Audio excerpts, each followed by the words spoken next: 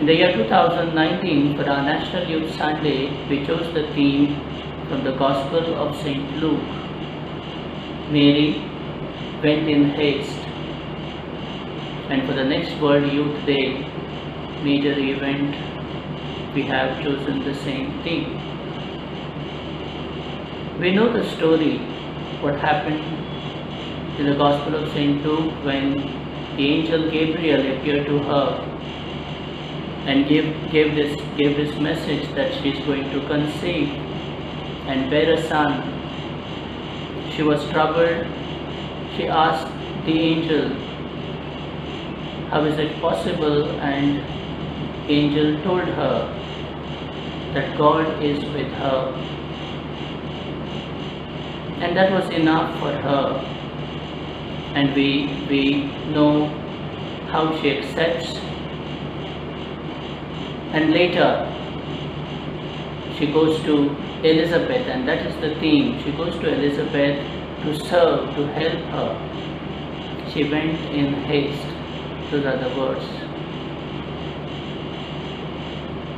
And that is what today young people need to reflect, and all of us, we need to reflect, because there cannot be lethargy anymore. There cannot be laziness or like Pope Francis says, watching from the balcony. That is not living a meaningful life. We need to remain active. Like our Heavenly Mother was active.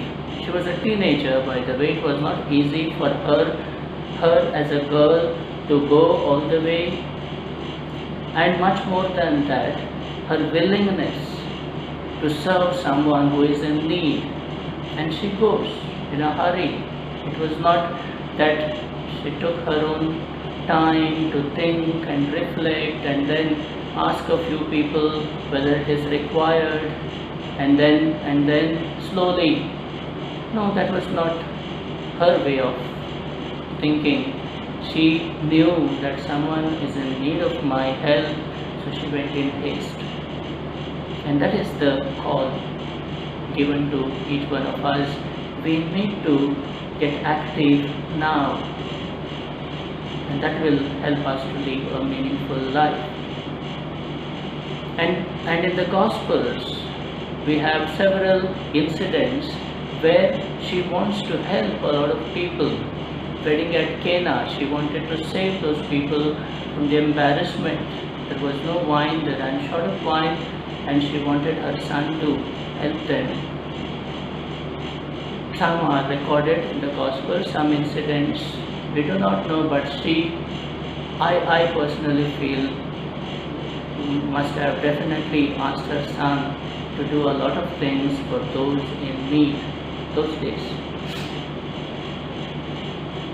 When you reflect, it is not that she lived a very easy life because she was Mother of God. She had to face a lot of challenges. There were sorrows in her life. Difficulties came one after the other. Just imagine, reflect for a moment. This message itself was troubling because giving birth, she was a virgin, and she knew what is going to happen in the society, how Jews are going to treat her. Then, running from one place to another place, there was no place to give birth. She had to go to the manger, say a dirty place. And then there was fear of this king, and they had to flee from one place to another. Understand, a pregnant woman running to save her son from one place to another. There was no divine intervention, that everything was very comfortable, she had a nice vehicle. No, things were normal, just like you and I experience troubles and problems in our life. And that is necessary, that is important for us to understand, that she did not have any extra help coming from angels, or there was no divine assistance. It was not there. There were problems, challenges. And then later, when Jesus was lost in the temple, and we have the incident where she was embarrassed when she went to meet Jesus later when Jesus was young, he said, "Who is my mother, brother, sister?" It's embarrassing.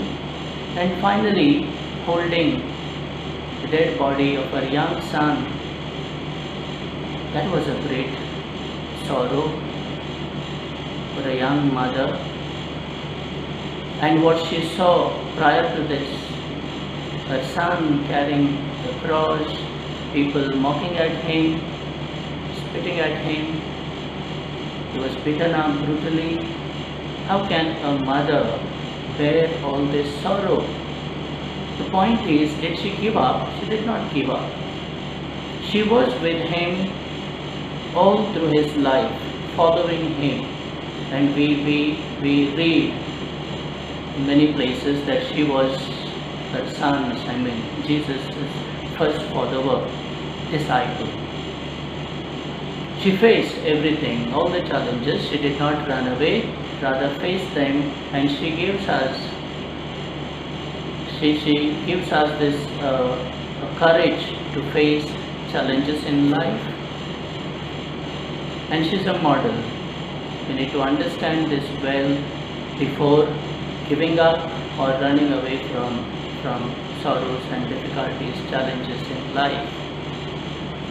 Today more than ever, young people have a habit of giving up. A little embarrassment, a failure, some problem, some difficulty, the immediate thought comes to their mind is giving up. There is no help. They would like to end this. And it is catching up, unfortunately. And here is a young person, that is our Heavenly Mother, right from the beginning. As I said, she was a teenager. And even when Jesus died, she was still a very young mother. She teaches us how to face the challenges in life.